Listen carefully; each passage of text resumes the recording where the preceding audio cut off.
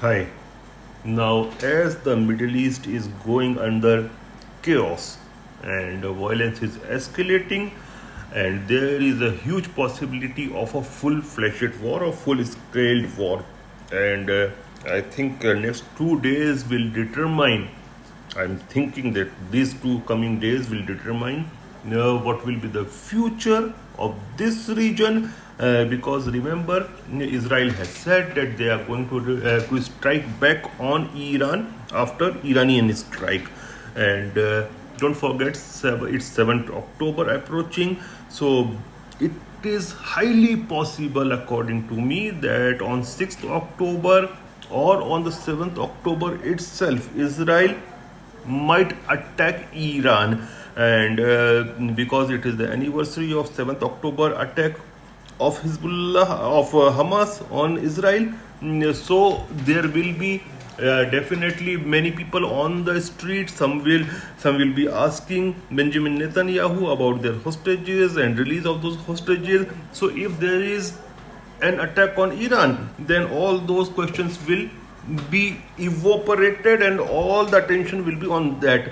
But it depends whether it will be a symbolic attack or a real attack.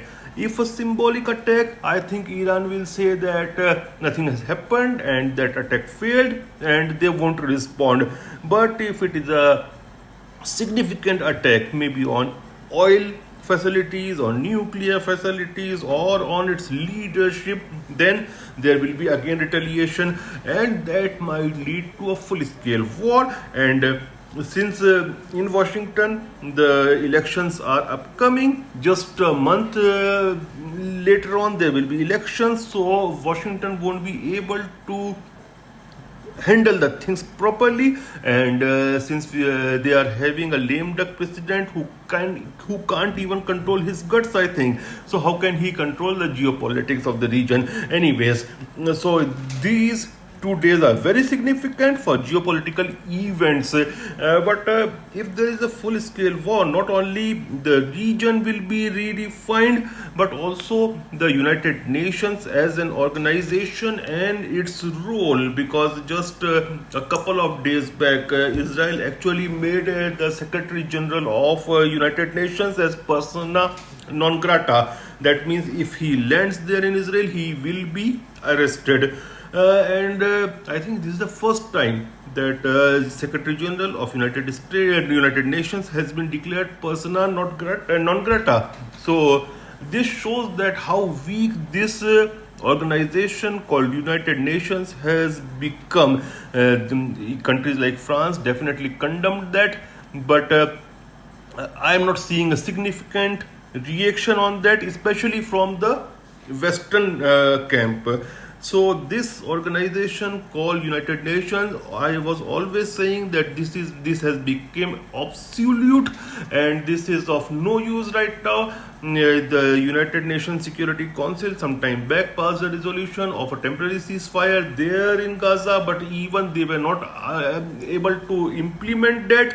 So this organization, if there is a full scale war, it will collapse under its own weight, because this organization came into being after World War II, and it came into being because the League of Nations it failed to stop the World War, and that was the reason the FDR, which was very important person in making of this organization, he actually did a lot of heavy lifting to make this organization work. He founded this organization. So if there is a full scale war, this organization, which has already lost its weight and its purpose, will collapse under its own weight. And one of the main reason, I think, behind this collapse is the unipolar world which came into existence post 1991, that is the collapse of Soviet Union, USSR.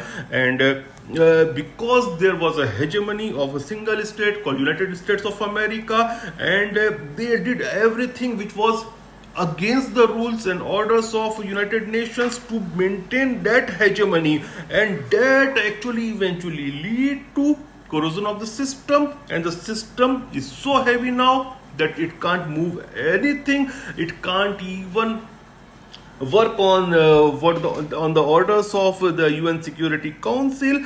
And I think that worst thing which happened to our modern global system post World War II was the unipolar movement 1991, which led to a single hegemon.